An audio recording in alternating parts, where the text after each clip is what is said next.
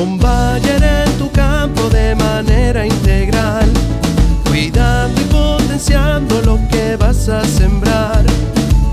Hay semillas, soluciones, muchas innovaciones. Estamos en tu campo de manera integral. Contá con Bayer para tus semillas, protección de cultivos, herramientas digitales y un negocio sustentable. Ahora más que nunca, Bayer. Contactate con tu distribuidor más cercano. En Amauta estamos comprometidos con proteger nuestra tierra, en generar un cambio hacia la innovación y hacia una agricultura más tecnológica. Entendemos la evolución de la agricultura como un crecimiento positivo de los cultivos y de sus rindes, del negocio de nuestros clientes y de los profesionales de la agricultura. Amauta, evolucionando la agricultura. Dando más vida productiva a los suelos cultivados, protegemos los paisajes donde crece la diversidad. Por eso miramos con optimismo el futuro, trabajando cada día para encontrar en la tierra y el aire el alimento para los suelos del mundo. Eurochem, horizontes más fértiles.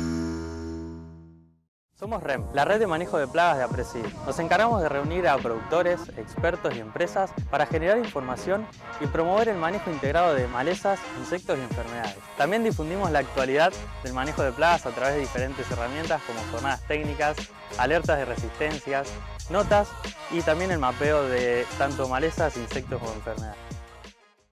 Bueno, buenas tardes a todos. Como ya me presentó, mi nombre es Javier Pico, soy ATR de la Regional Videla.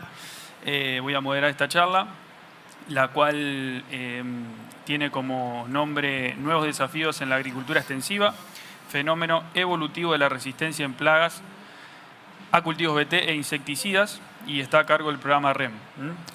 Los disertantes son Augusto Camus y Alejandro Vera, y más o menos lo que nos van a contar y nos van a mostrar el escenario actual del cultivo de soja BT, aspectos comportamentales de la oruga medidora, cómo su dinámica poblacional y la capacidad de daño de esta especie, viendo cuáles son los nuevos desafíos que deberían ser abordados de manera integral frente al cambio de susceptibilidad de la especie hacia la tecnología BT, con la premisa de proteger las tecnologías disponibles en la actualidad para el manejo de la plaga en este cultivo. Bien, Augusto es ingeniero agrónomo, egresado de la Facultad de Agronomía y Zootecnia de la Universidad Nacional de Tucumán en el 2005, y desde el 2009 se desempeña a cargo del investigador en la sección Zoología Agrícola de dicha institución. Y Alejandro, desde el año 2019, se desempeña en el cargo de técnico asistente en la sección Zoología Agrícola de la Estación Experimental Agroindustrial Obispo Colombres. Bueno, como ya comentó, está el WhatsApp, pueden ir mandando las preguntas. Así que bueno, comenzamos. Dos.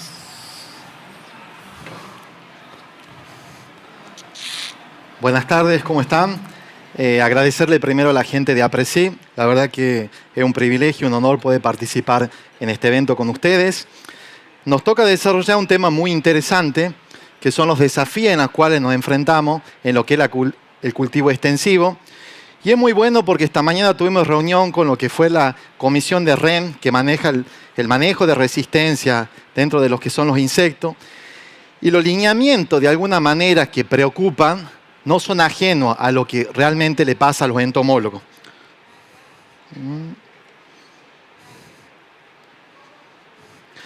Entonces, como dijimos, la entomología se enfrenta a tres grandes problemas.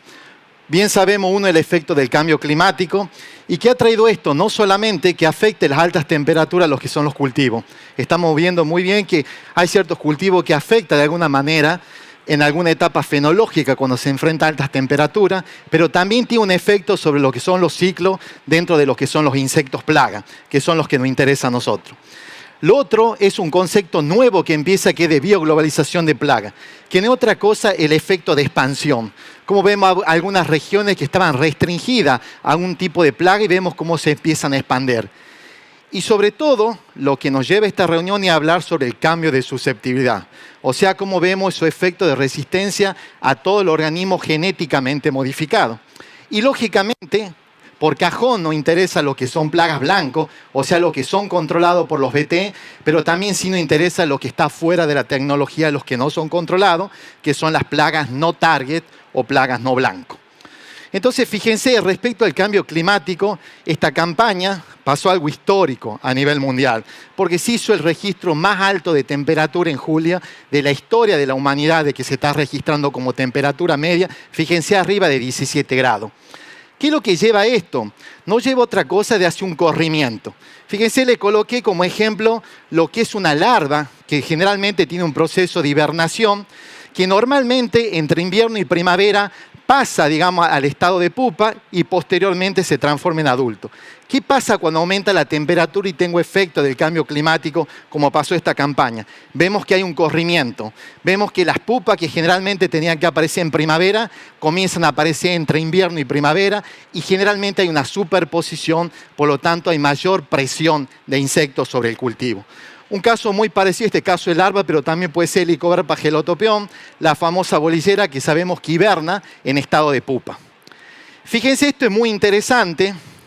El doctor Santana de alguna manera corrió, modelizó qué pasará cuando empiece a aumentar las temperaturas para una plaga que hoy estamos muy preocupados todo el sector, como es la chicharrito Dalbulus mairi.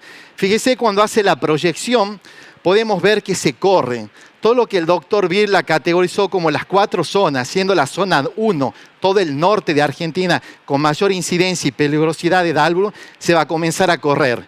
Entonces, en el 2050, fíjense que comenzamos a ver que quizás en la zona más al norte-sur o la zona centro tengamos problemas de Dalbulus mairi. Ese es el mejor reflejo y la mejor foto de lo que hace el cambio climático. Pero fíjense, el segundo punto que hablamos, que también está muy relacionado, es el proceso de bioglobalización. Y tenemos antecedentes muy palpables en la última década.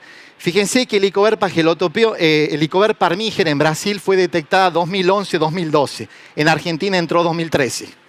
Fíjense que la mosca barrenadora Melanagromyza sohai fue detectada un año antes, 2017, en lo que fue Brasil, y en Córdoba fue detectada por la Estación Experimental 2019.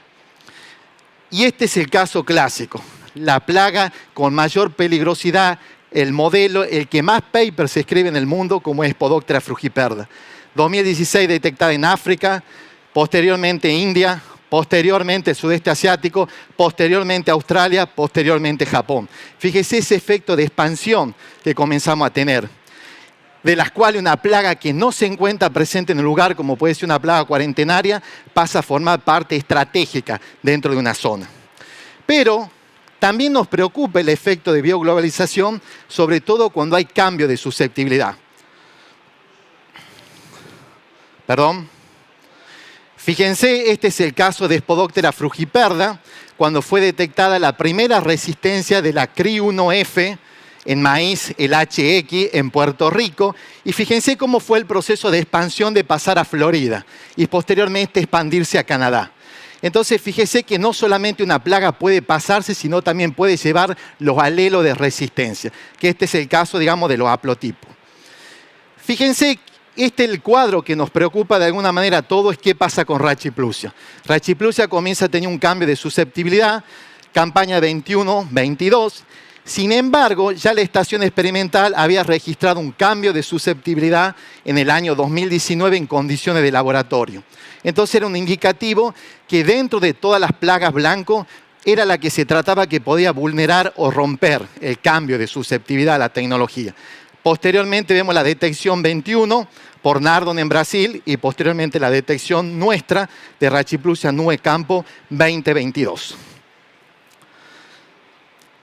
Para hablar de resistencia o cambio de susceptibilidad, inexorablemente tengo que ir a algunos conceptos teóricos que voy a tratar que sea muy entendible y muy rápido para que no se vuelva aburrida la disertación. Pero siempre que hay una resistencia empieza con un cambio de susceptibilidad.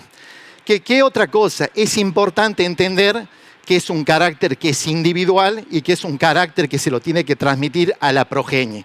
O sea, son las dos características, que tiene que sobrevivir y que tiene que transmitirle eso a los hijos. O si no, no estamos hablando de un cambio de susceptibilidad, estamos hablando de un cambio no genético.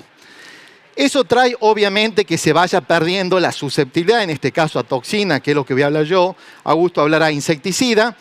Y se vuelve con el correr de los tiempos de las campañas una población más tolerante.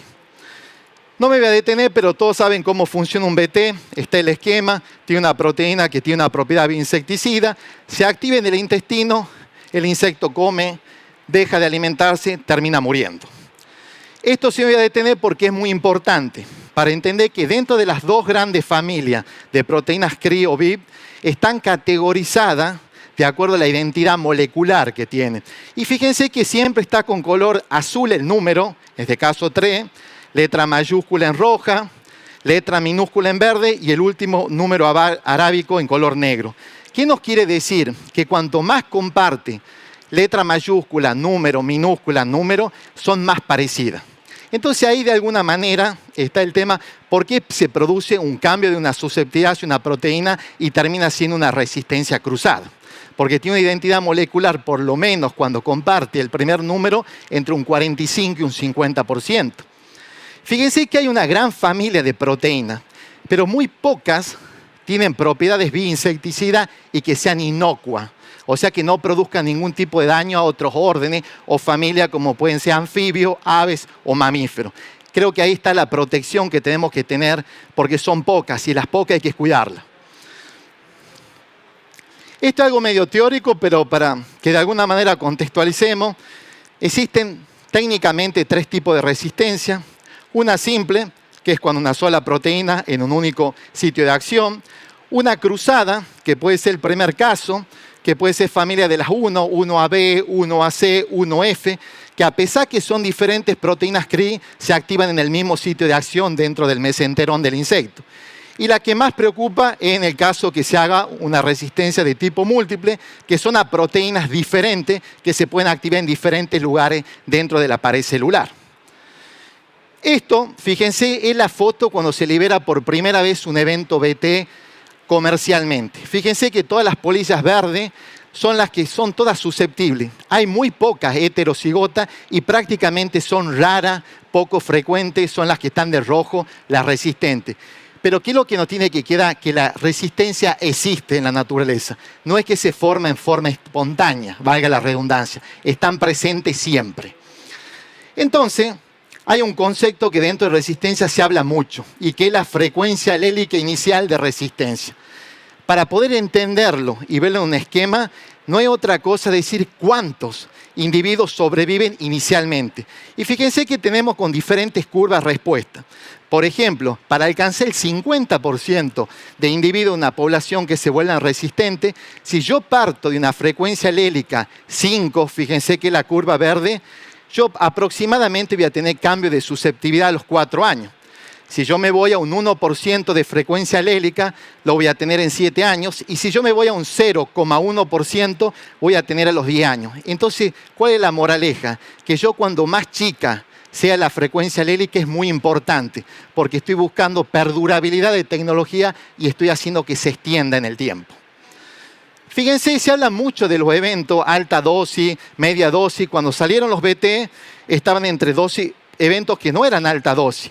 Y fíjense que acá les esquematicé 2 tipos de proteínas. Tenemos una proteína X y una proteína Z. Fíjense que la proteína X controla prácticamente a todos los homocigotas susceptibles. Se me escapa una porción muy pequeña, pero ese tipo de evento sería la peor decisión. ¿Por qué? Porque me quedan todos los heterocigotas y los homocigotas resistentes que se van a cruzar en la naturaleza y me va a dar resistencia. Fíjense que yo al lado tengo otra proteína. Esta ya tiene otro plafón. Fíjense que tiene otra potencia. Ya me controla todo lo susceptible, pero también me controla gran parte de lo heterocigoto, un 95%. Bueno, eso es un evento alta dosis. Esa es la estrategia alta dosis refugio. Me controla todo, se me escapa un 5, pero ese 5 se va a cruzar con los susceptibles del refugio y se va a hacer el efecto de dilución. Para esta plaga, por ejemplo, le coloqué de Helicoverpa gelotopión. Pero ¿qué pasa, por ejemplo, si me voy las mismas proteínas, pero para Rachiplusia nu? Fíjense que la primera, que tenía buena contundencia, cae drásticamente. Ya me controla la mitad y se me escapa, que en realidad sería una buena decisión porque me está controlando individuos susceptibles. Sin embargo, todo el resto sobrevive. Y la que era muy efectiva, fíjense que me controlaba un 95%, ahora me controla la mitad. Esa diferencia que sobrevive se denomina fitness.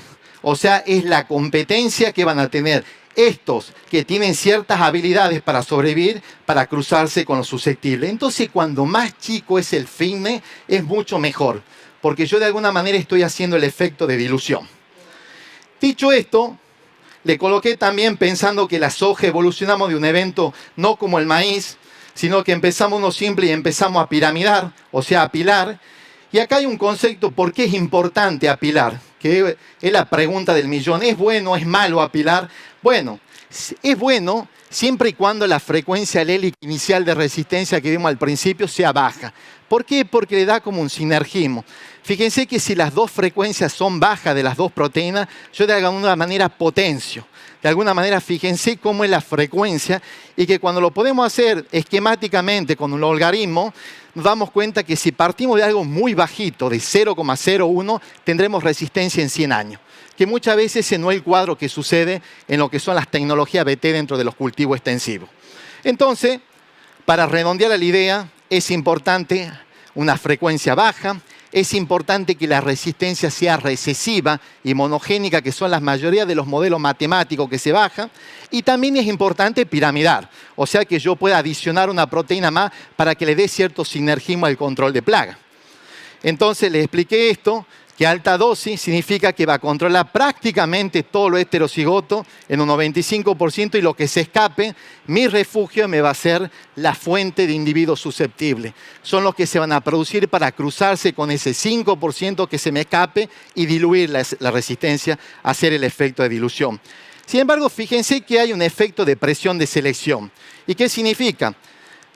Técnicamente la recomendación para maíz es un 10%, para soja es un 20%. Sin embargo, fíjense si matemáticamente nosotros haríamos un 50-50, un 50%, esa producción de heterocigota sería un 33%, es baja. En cambio, si tomo la recomendación de un 20%, fíjense cómo se duplica. Tengo más chance de producir en corto tiempo ese cambio genético que inexorablemente me va a llevar a una resistencia. Fíjense que cuando la gente de Brasil comenzó a hacer el CL50, Rachiplus estaba en una condición intermedia. O sea, se necesitaba 70 nanogramos, 0,70 nanogramos de proteína, CRI1AC por mililitro de dieta para que tenga el efecto de matar al menos el 50%. Pero esperábamos decir, bueno, es más tolerante Crisodais include. La menos tolerante sería una anticalcia gematale. La pregunta del millón es ¿por qué empezó con Rachiplusia nu? Entonces, fíjense qué es lo que comenzamos a hacer nosotros a partir de la primera detección en lo que es la zona nuestra del NOA de Tucumán. Lo primero era, acá ven un mapa de Tucumán, la zona granera por excelencia de soja, maíz, poroto, es todo lo que es el sur de Tucumán, la Cocha, los Altos, como así también el este seco y el este húmedo. Comenzamos a tener campañas 21-22, presencia de daño inesperado. Era importante poder ir al campo, recoger las larvas, testear que la planta que se encuentre la larva esté expresando la proteína, porque muchas veces puede ser un efecto de pasaje y se pasó de una que no era BT o viceversa a una BT. Entonces, una vez que se hizo eso, la otra pregunta que inquietaba mucho a los entomólogos, ¿y qué medidora es? ¿Es Rachiplusia o es Crisodais? Fíjese que en la foto parecen iguales, pero cuando uno le hace de alguna manera se acerca, ve que son un poco diferentes. Vemos que al lado derecho estamos de una Rachiplusia y al lado izquierdo una Crisodais includen o Pseudoplusia, como lo conocía la gente de antes. Esto desembarcó en hacer un ensayo para comparar una población susceptible con una resistente y ver, digamos, y terminar en una publicación especial, como así también una presentación de congreso. Pero bien importante ver cómo cambió la dinámica. Y la dinámica, cómo cambió, fíjense esta campaña, lo que era 2021, 22, 23, en lo que es la campaña de la Cocha, el sur. Fíjense que en azul era esa campaña donde prácticamente no había Rachiplusia. La primera detección cuando se ve que está en azul es en el mes de marzo, que es una condición generalmente típica que se da en el NOA. La plaga por excelencia era Crisodais includens, no era Rachiplusia nu. Pero fíjense que la última campaña empezamos a tener presencia ya a partir de enero, que es la curva roja, haciendo su pico máximo en marzo. Y fíjense las cantidades, cambió la abundancia de presencia de Rachiplusia. Esto lo vimos en el sur, esto lo vimos en el este, en la subestación. Fíjense que también empezamos a ver en forma temprana y tenemos como 3 picos característicos esta última campaña. Sin embargo, la primera campaña de detección que está en azul, fíjense que es todo plano y recién se empieza a ver a partir de marzo. También colocamos trampa de feromona porque nos interesaba saber cómo era la dinámica de polillas. Fíjense que la vemos presente prácticamente de que está implantado el cultivo hasta ahora julio. O sea, con temperaturas bajas, si bien tuvimos un invierno muy benigno, se está viendo presencia. ¿Qué es lo importante? Está con la línea punteada roja. Y la flecha me marca todo lo que es la fenología de soja, que está apareciendo en otros cultivos. Cultivos de servicio, cultivos reservorios, cultivos hospederos. Estamos viendo presencia de Rachiplusia durante toda la campaña, tanto estival como invernal. Y fíjense con algunos puntos máximos. Esto ha llevado a hacer un bioensayo y ver qué es lo que está pasando. Y era muy importante ver no solamente la soja con un evento simple con CRI1AC, sino también ver cómo se comporta con la nueva tecnología. Fíjense que lógicamente con ensayo de caja de Petri, hojas, testea la presencia de la proteína. Y fíjense que, por ejemplo, eso es una defoliación de una soja con una única proteína CRI1AC y esta es una defoliación con una soja con las 2 proteínas, o sea, apilada mucho menor. Fíjense que cuando hago aumento con lupa, voy viendo cómo se va alimentando. Característico, una defoliación avanzada, en el caso de una intacta, mucho menor una conquista. Y fíjense esa defoliación típica respetando nervadura. Entonces, ¿qué es lo importante? Lo importante es que desde la primera campaña de detección a la última campaña, fíjense cómo aumentó la supervivencia. Yo cuando estoy dando de comer BT, o sea, la proteína CRI1AC, me está sobreviviendo más del 90%. Pero también me está sobreviviendo sobre la conquista. En menor proporción, pero tengo, fíjense que está en 35% lo que es la supervivencia de Rachiplusia sobre esa nueva tecnología. Y cuando yo veo lo que es defoliación, fíjese que también pasa algo parecido. El primer año comían muy poco, 30%. Esta última campaña come un 95%, come exactamente como una Rachiplusia susceptible. Esto nos está indicando que de alguna manera la especie sortió ese costo adaptativo inicial de resistencia que tenía. Y obviamente, fíjense que en la tecnología conquista la defoliación es muy baja a los 7 días, un 5%, 11% a los 14 días. Entonces, un poco lo que le comenté. Cuando se presentó el año pasado en APRESI veíamos una asincronía en los ciclos. Fíjese con verde línea total son las pupas, punteadas adultos. Esa era una población susceptible. En rojo estaba la población con cambio de susceptibilidad. Fíjese que no se encontraban. Una pupaba, emergía el adulto mucho antes y la otra necesitaba más tiempo. Lógicamente, se entiende porque ese año comían 30% y esta última campaña, fíjense, al comer 95 se superponen, o sea, ya no se ve ese fin. Ya deja de haber una sincronía y vemos una sincronía dentro de lo que es una población susceptible y una población resistente. Dicho esto en soja, es importante, lo estuvimos comentando esta mañana, vimos algunos cambios en maíz, que fue importante algunos reportes, que comenzaron inicialmente en el este. Fíjense que esta es la dinámica generalmente en maíz, cuando estábamos viendo, digamos, en presencia en espiga, que lógicamente dentro de lo que es la tecnología Víctera tiene un buen control sobre Spodoptera frugiperdo cogollero. Esta campaña, y también esa campaña, la que era 2021 sobre la Helicobacter pacea, la 21-22, fíjense, sigue siendo plana. ¿Qué nos llama la atención? Esta última campaña. Y fue una situación que no solamente se vio en el este, y fíjense en todos los puntos, sino también se vio en el sur.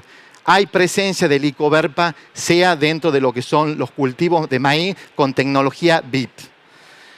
Fíjense que es muy importante, también llevamos un bioensayo, colectando material, testeando, criando, dándole de comer en vasos individuales el cultivo, y podemos ver que tenemos un cambio de susceptibilidad. O sea, no está sobreviviendo lo que es, fíjense que en amarillo está un maíz no BT y en color azul está maíz BT con tecnología VIP. Fíjense que en los 14 días al menos tenemos un 50% de supervivencia, que coincide justamente con la incidencia que la vemos con Augusto en el campo. Cuando vamos a testear 10 mazorcas, entre 5 y 6 tienen daño y tienen presencia de Helicobacter pacea en un estadio L3 en adelante.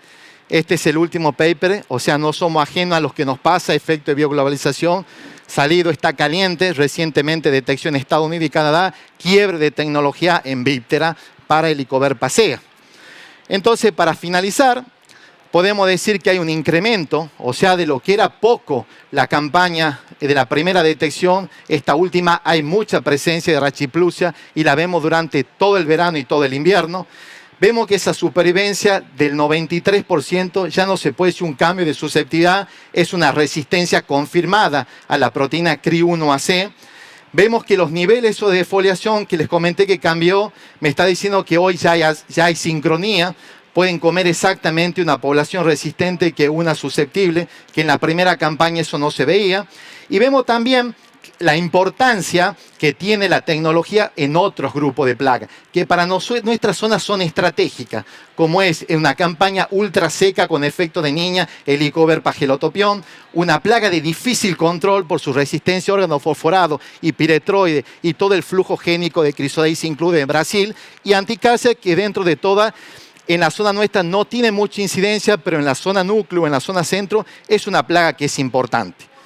Dicho esto, lógicamente empezamos a ver un cambio de susceptibilidad en víptera, que es importante prestarle atención en las próximas campañas, cómo evoluciona, si es un cambio de susceptibilidad o termina siendo una resistencia.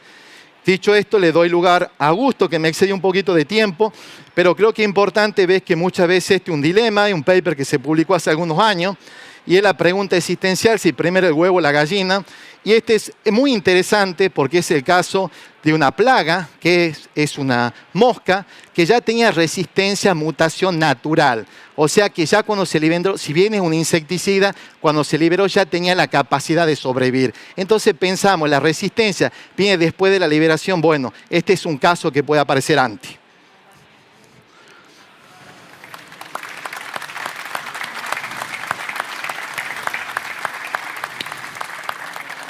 Bueno, ¿se escucha? Buenas tardes. Bueno, yo un poquito voy a tocar algunas cuestiones que estuvimos haciendo con insecticida. Ya Lale lo abordó espectacularmente, la parte de cultivos BT, digamos que un problema que nos aflige. Básicamente en la presentación esta se van a mostrar algunas cuestiones que surgieron de un trabajo conjunto que realizamos con CASAFE y AIRAC, que era para evaluar la sensibilidad de distintas poblaciones de Podoptera frugiperda. Ya lo dijo Alejandro, digamos, cuando hablamos de Podoptera frugiperda, lo hablamos como la gran amenaza, digamos, debido a su capacidad de daño, su capacidad de difusión, en donde evaluamos distintos insecticidas sobre esas distintas poblaciones. ¿Qué es lo que pasa cuando nos encontramos con el Podoptera frugiperda de maíz? Siempre está la pregunta, aplico y por ahí comienzo a ver fallas en el control. ¿A qué se pueden deber esas fallas? Sabemos que una plaga que de por sí tiene cierta complejidad por su comportamiento y demás, que si no he llegado, digamos, a tener contacto con el insecticida no lo voy a controlar. Entonces es clave el momento en el cual aplicamos. La otra cuestión también que surge, he usado el producto adecuado para controlar la plaga. Sabemos que hay productos que funcionan mejor que otros dependiendo de la situación, digamos, de desarrollo, y comienzan a salir un montón de inquietudes, un montón de preguntas, y llegamos al final a decir, no, mirá, seguramente hay resistencia. Y hay que tener mucho cuidado, digamos, cuando uno habla de resistencia, porque básicamente todas las estrategias que están desarrolladas para el control de plaga llevan una serie de años de estudios, de ensayo, de desarrollo, y por ahí nosotros muchas veces en la facilidad decimos, no, mirá, esto es resistente. Entonces, tratando de poner un poco de claridad a eso, es que elaboramos un protocolo en forma conjunta con CASAFE y AIRAC para evaluar esa sensibilidad de distintas poblaciones de Podoptera. Cuando comenzamos a discutir o a plantearnos, bueno, ¿qué poblaciones tomamos esta plaga? Sabemos que es una plaga que está ampliamente distribuida en el área maicera de nuestro país. Entonces, era bastante complejo definir cuáles eran las regiones que íbamos a tomar. Entonces, llegamos a un acuerdo para tomar dos poblaciones correspondientes a NOA, una en el norte de Salta, otra en Tucumán. Si bien hablamos de una misma región, ustedes por ahí si han tenido la posibilidad de conocer en NOA las características ambientales y las características de manejo, digamos, del cultivo de maíz son muy distintas. Tomamos también una localidad del NEA y después 2 localidades ubicadas más en el centro-sur del país, digamos, que vamos a llamar como zona núcleo. Una ubicada en el centro de Córdoba y otra en Santa Fe. ¿Qué hacíamos cuando definíamos esas poblaciones? Bueno, mandemos a colectar larvas de Spodoptera que estén sobre el cultivo de maíz. Ahí tienen ustedes los valores de larvas que se colectaron en cada una de esas poblaciones, más de 300 larvas. El paso siguiente era, muy bien, ya tenemos las poblaciones, ¿qué es lo que vamos a testear? Consideramos, digamos, laburar o trabajar sobre estos insecticidas que, a lo que charlamos, digamos, abarcaban el espectro de activos que son utilizados en la actualidad para el control de Spodoptera. Entonces teníamos una diamida, representada por el activo clorantraniliprole, una piretrina, representada por una lambda-cialotrina, un IgR puro, lufenurón, y una espinosina, en este caso el espinoteoram. Consideramos en este trabajo trabajar con distintas concentraciones de cada uno de estos activos, pero partiendo de la base de que la concentración 1X, como lo pueden ver ustedes en el cuadro de abajo, iba a ser la referida a la dosis de marbete que tienen cada uno de estos insecticidas para Spodoptera frugiperda. Ahí tienen un poquito la fotito de cómo llegaba el material de campo. Ese material se acondicionaba, se le daba dieta. A medida que esas larvas iban empupando, se iban separando, se iban armando jaulas para que copulen, digamos, los adultos. Y de ahí se procedía a separar las posturas y posteriormente las larvas. Esto como para que tengan en cuenta, en todas las localidades, en todas las poblaciones, digamos, hemos trabajado con una filial 1 de Spodoptera frugiperda. Entonces, emergían esas larvitas y esas larvitas ingresaban al ensayo propiamente dicho. ¿En qué consistía el ensayo ya propiamente dicho? Ahí tienen las bandejitas, las Pitman, en donde se colocaba la dieta, se dejaba que solidifique. Una vez que solidificó la dieta, se agarraban, se infestaban, digamos, se agregaban las distintas concentraciones de los insecticidas y después se procedía a colocar por cada celdita una larva L3 de Spodoptera frugiperda. Este ensayo tenía 2 etapas de evaluación, 4 días después de la infestación, 8 días después de la infestación. Lo que se va a mostrar como resultado en la presentación son los datos correspondientes a la última lectura de los 8 días después de la infestación. Como para que tengan una dimensión, digamos, y bueno, el Ale estuvo muy metido, digamos, en el ensayo, la cantidad de larva, de material que se evaluó, digamos, ahí tienen un poquito el detalle para cada uno de los insecticidas, para cada una de las concentraciones. En cada población de Spodoptera se trabajó con 1.792 larvas, digamos, considerando, digamos, los productos evaluados con sus respectivas concentraciones. Ahora vamos a ir a ver un poquito cómo fue la respuesta de cada una de esas poblaciones a los distintos insecticidas. En este cuadrito ustedes tienen el parámetro eficacia de control. Les vuelvo a repetir, este es el valor de los 8 días para la población que provenía del norte de Salta, digamos. Entonces ustedes lo que pueden ver, digamos, hemos considerado como eficacia, digamos, de control, eficacia aceptable en este caso, valores superiores al 90% de control. Entonces lo que pueden ver de esta población de Salta, en primer lugar, que en el caso de clorantraniliprole, un producto bastante utilizado ya en la región para el control de Spodoptera, recién logramos tener niveles de control a partir de la concentración 2X. Acuérdense que la 1X es la que representa la dosis de marbete de este producto para el control de Spodoptera.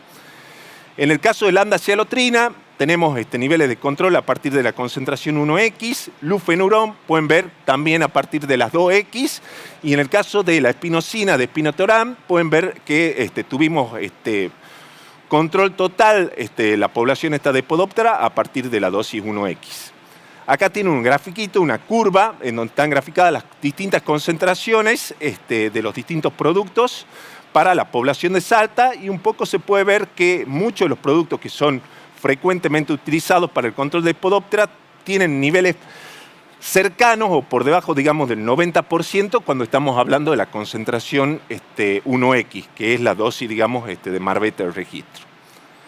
Pasando a la población de Tucumán, la segunda población del NOA, podemos ver que en este caso se vuelve a repetir la situación con la diamida. Con la diamida logramos controles superiores al 90% cuando estamos hablando de la concentración 2X.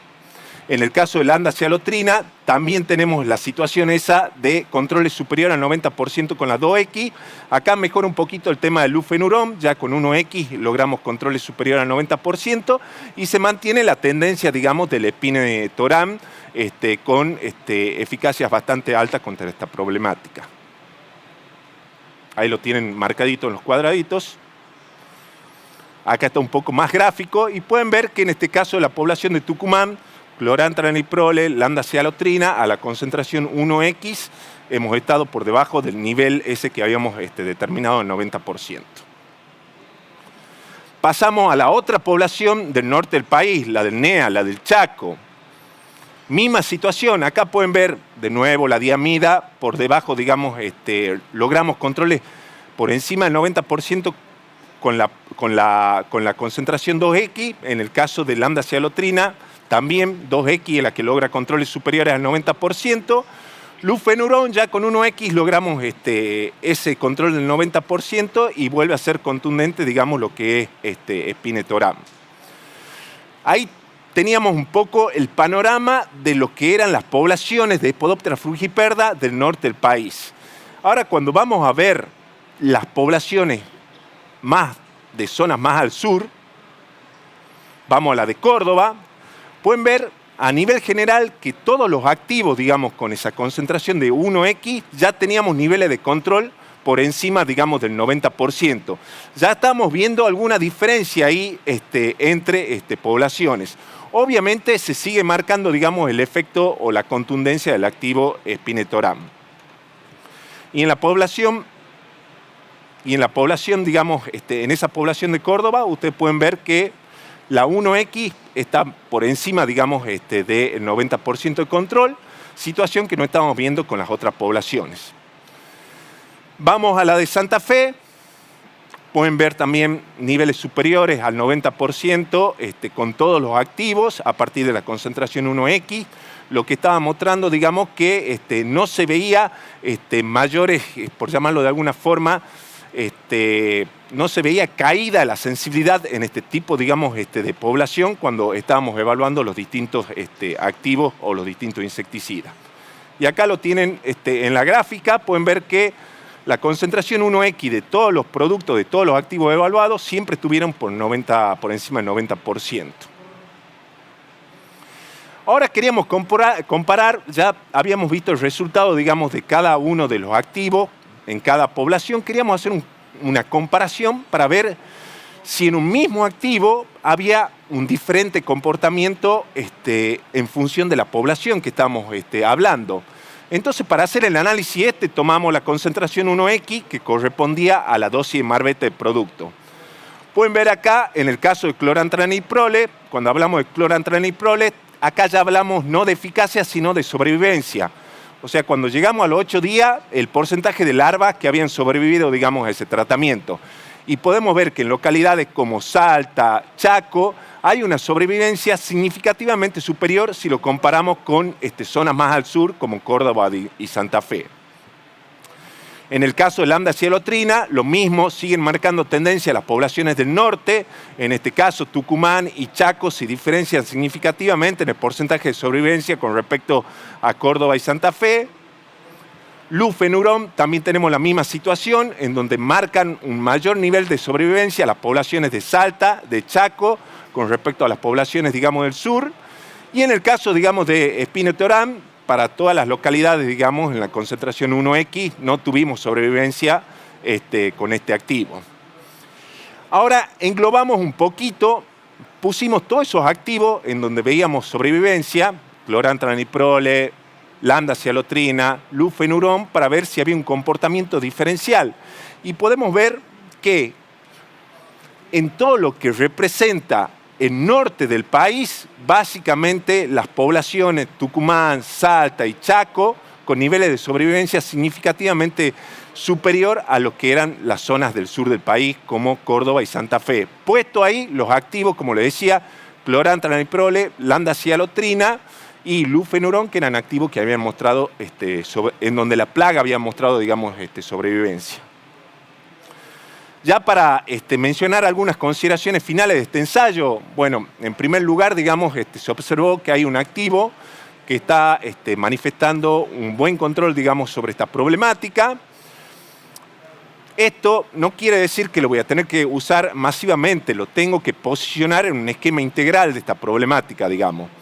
Después, en el caso de los activos clorantraniliprole, lambda-cialotrina y lufenurón, en todas las localidades hemos tenido niveles de sobrevivencia de Podoptera frugiperda a la dosis o a la concentración referida al marbete, que era la 1X. Obviamente que esa sobrevivencia, como lo hemos visto anteriormente, era significativamente mayor, digamos, cuando estábamos hablando de las poblaciones del norte. El generar información sobre este comportamiento diferencial, digamos, que por ahí uno no tenía noción, consideramos que es muy valioso, digamos, ya que nosotros en la región en donde estemos produciendo maíz podemos tener una planificación mucho más clara y acorde, digamos, para tener un manejo efectivo de esta problemática. Y un poco ya resumiendo lo que fue la presentación del ALE, lo que fue la presentación mía, ustedes ya lo vienen escuchando a todos los problemas de resistencia, de problemas fitosanitarios, digamos. Y cuando hablo de problemas fitosanitarios no voy a hacer referencia a lo que son plagas insectiles. Habrán escuchado ya de maleza. En este bloque se ha tratado, digamos, lo de lepidópteros. Fernando ayer trató la parte de chinche. Hay charlas, digamos, sobre resistencia de fungicidas, de hongos a fungicidas. Entonces el fenómeno que estamos tratando, digamos, de entender, está masificado hoy en la agricultura, digamos, extensiva. Entonces, constituye un desafío muy importante, digamos. ¿Por qué? Porque si nosotros no tratamos de retrasar ese fenómeno de resistencia o tratar de manejar de mejor manera, digamos, esos problemas, nos van a poner en jaque. ¿Qué nos van a poner en jaque? La sustentabilidad de nuestro sistema productivo. Hemos estado escuchando en el Congreso un montón de charlas referidas a esto. Si no manejamos esto, vamos en camino, digamos, de comenzar a perder esa sustentabilidad que tanto nos cuesta, digamos, construir en cultivos extensivos. Y ya para terminar, digamos, si bien lo hemos presentado con el ALE, pero hay un equipo muy grande, digamos, que colabora en la generación de la información, tanto de zoología, digamos, como de la estación experimental, que sin el apoyo de ellos, digamos, y esa colaboración incondicional, hubiera sido imposible, digamos, lograr cualquiera de estos resultados que se ha mostrado ahora. Muchas gracias.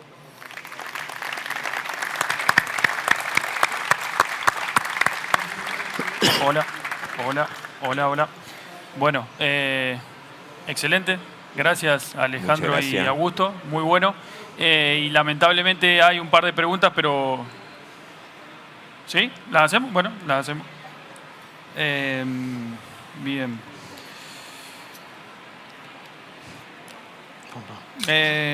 Bueno, una para Alejandro. ¿Se sabe cuál es el grado de susceptibilidad de Rachiplus cianú a CRY1F? ¿Se puede decir que entonces la conquista es un evento piramidal para la especie? Es un evento piramidado porque lógicamente no tiene una única proteína, sino que tiene dos proteínas que están actuando. El grado no se sabe porque ustedes tienen que visualizar que el cambio de susceptibilidad viene de dos campañas. Son estudios que en realidad estamos tratando de desarrollar con la gente de Corteva, que es el dueño de la tecnología, porque es muy importante poder profundizar sobre estudios de heredabilidad y ver dosis-respuesta. Va a ser muy interesante para poder ver si se trata de una resistencia, si es recesiva, codominante, dominante, si es un único gen, si es poligénica. Son cuestiones, digamos, que hay que profundizarlo el estudio. Bien. Otra, para el que quiera, en cuanto a Helicobacter pacea en el noroeste de Santa Fe, hay resistencia a Viptera y a Pro4. Y esto sí se debe a que todos los semilleros tienen la nueva tecnología para frugiperda que provoca una menor población y por lo tanto menor competencia helicoverpa. Bueno, básicamente sí, no podemos hablar todavía de resistencia en el caso de Helicobacter pacea a todos los eventos, básicamente a la proteína VIP, pero sí vemos como un cambio, digamos, de susceptibilidad.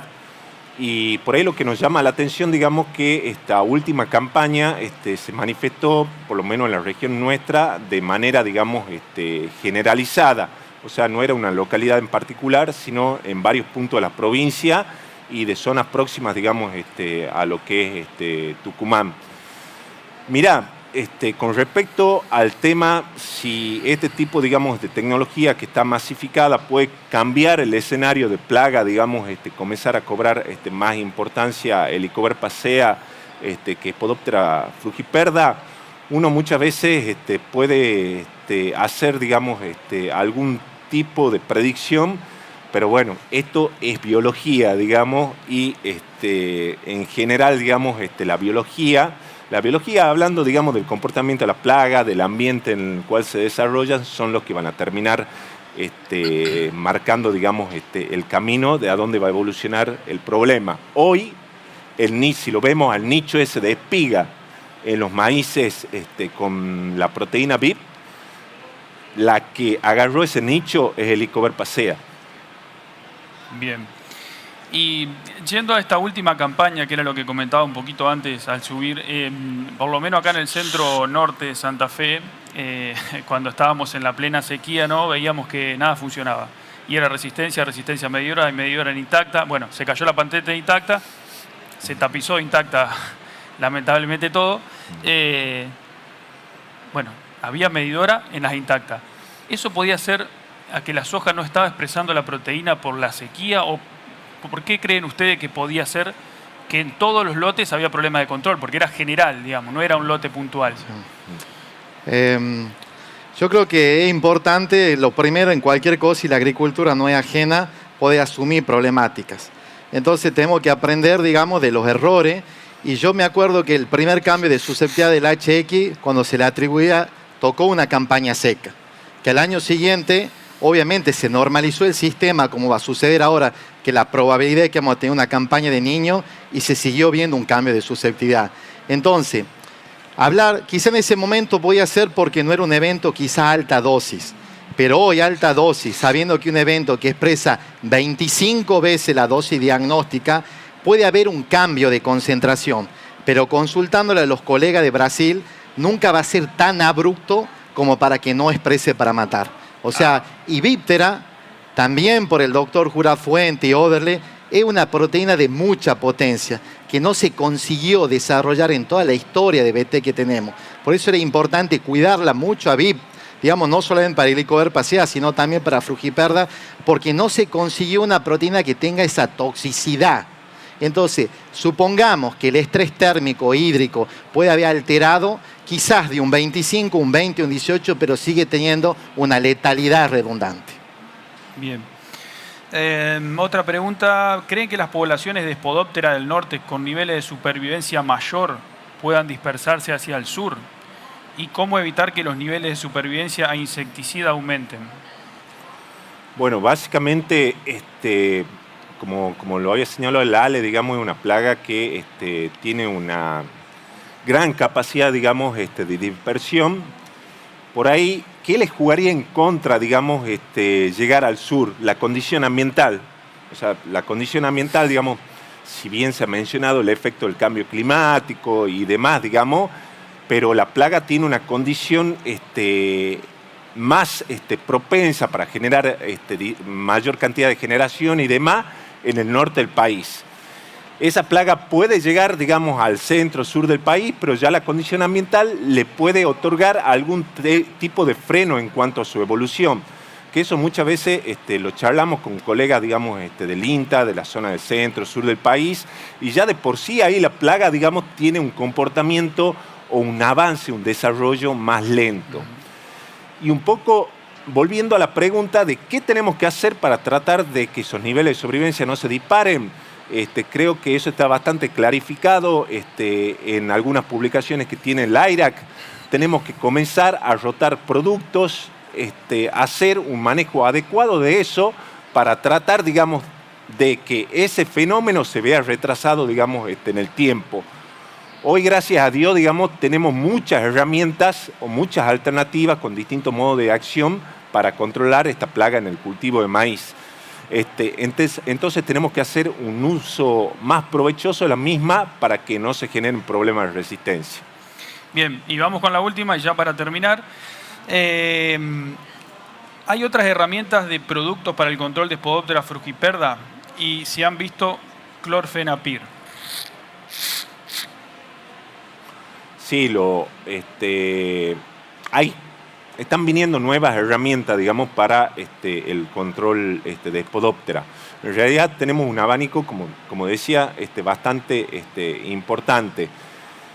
No solamente con la parte química, sino también tenemos otras herramientas, digamos, que la están desarrollando otros investigadores, como Enrique Lobo.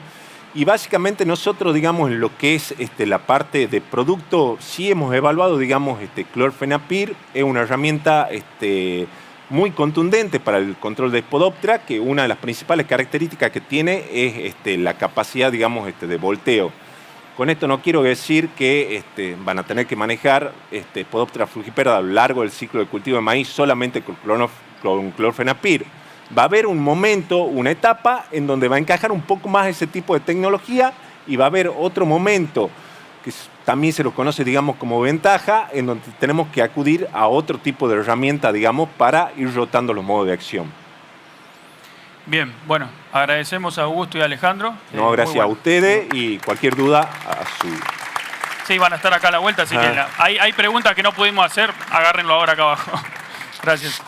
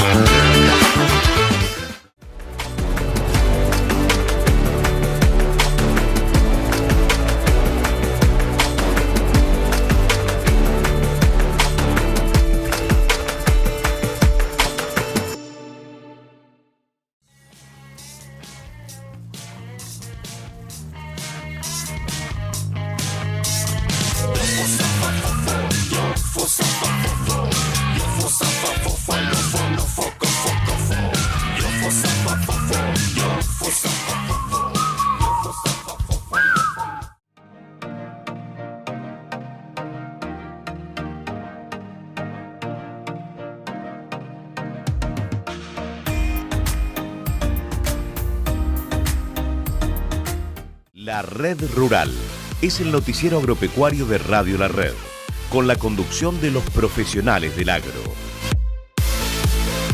Marcos López Arriazu, Ricardo Bindi y Sebastián Salvaro.